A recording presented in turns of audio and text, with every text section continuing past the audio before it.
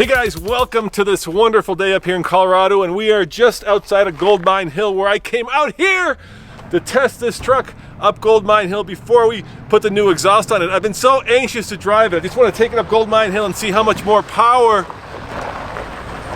the engine creates. What are you doing here?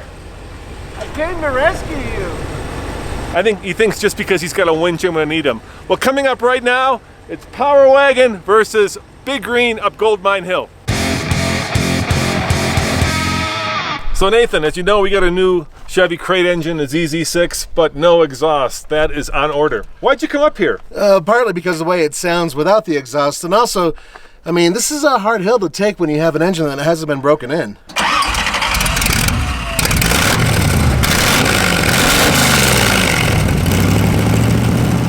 Yeah, we're gonna take it easy. The thing barely has 100 miles on it, and they say at least 400 miles of braking. Mm-hmm. So you're gonna be here to winch me up if I get stuck? Oh yeah, and I'll take lots of pictures. All right, guys, let me show you what we got going on here. So there are the new headers. There is the old exhaust.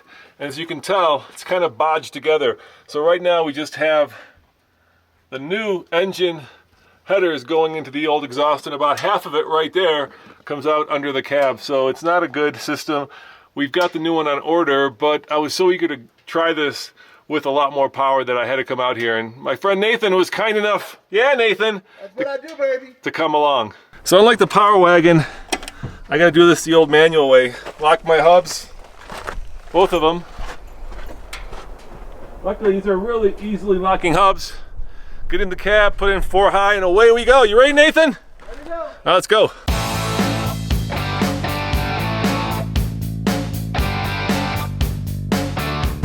You know, that doesn't sound so bad. This sounded a lot better once we were proper exhaust, but man, that V8, oh, that is just music to my ears. Nathan! The only thing that this truck has a problem with is its very small exhaust note. Come on, Ram, put a real exhaust system on this thing.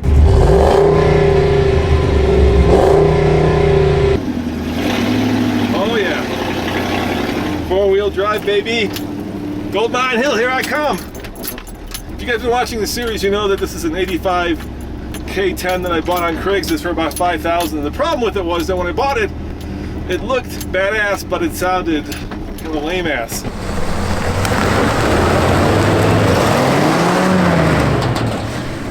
The guy who had it before me used it as a hunting truck. And so, while the truck is big and bold, the exhaust was quiet and meek. And of course, that old 305 under the hood was pretty pokey. Barely put out 200 horsepower. Now, with this brand new Chevy crate ZZ6 engine, we're putting out 405 horsepower. And man, you can tell the difference. The truck has just come alive. It feels so much better. I gotta say that while this thing is, bouncing over some rocks and whatnot, it's a slightly rough ride. Roman inside that thing is bouncing around and his rear molars are coming loose. Now you might be asking yourself, why didn't we go with something more modern in terms of the engine? Chevy did offer us a lot of different engine choices, including an LS, and we went with the ZZ6 that is carbureted, not fuel injected, and of course up here, fuel injection would pay dividends. But we wanted to keep this truck old school. We wanted to keep it in character of what this was, and that's why we went with the 350 that's carbureted. You know what? I can't tell the difference. I'm sure if we go higher, maybe the engine might start to get starved for oxygen, but right now, this engine is putting out more than enough horsepower and more than enough torque. And let's face it, off-roading, it's not about top-end speed, it's about torque. And this baby puts out plenty of torque.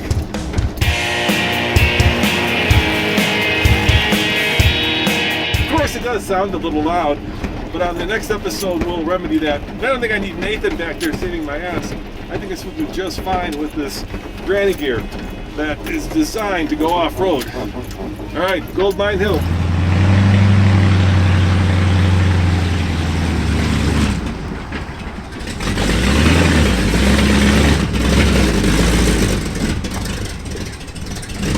And that's all she wrote. So I tried to start it up again.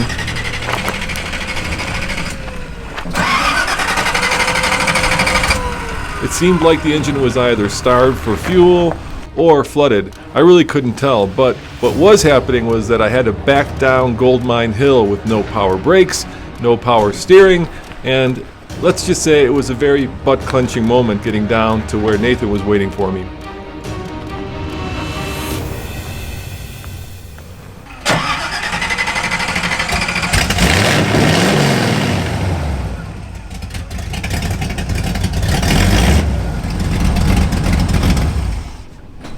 So I figured out what was happening. It's star for fuel. Yeah. It goes up like this.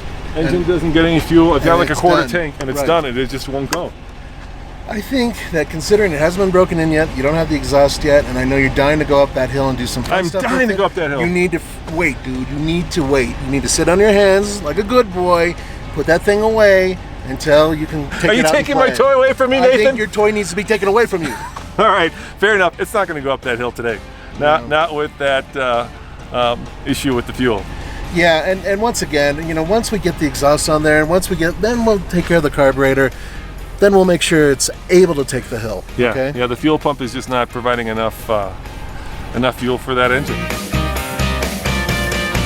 You got two potential problems. Nathan thinks that the issue is with the carburetor, and that when it goes on an incline, fuel doesn't go into the engine. I think it has to do with the fact that all the fuel sloshes to the back of the fuel tank and doesn't get picked up by the hose, and that's what doesn't get to the engine at all. It could be either of those. Fuel injection would probably sort out one, probably not the other, but we'll have to do some diagnostics and find out exactly what's wrong. But you know what? This is the fun of the project truck. You get to figure out what needs to be fixed, and we're slowly working our way into making Big Green ultimately off-road capable. Of course, it could also be the carburetor floats getting stuck. There's a lot of issues that may be causing this problem. And if you guys have any suggestions, I would love to hear them. Please put them in the comments below. So come back next time, we'll try it again. As always, this is Roman reporting for the Fast Lane Truck, and I just want to thank all of you guys who are supporting us on Patreon and making this series possible. Thank you very much, because without your help, Big Green wouldn't be here.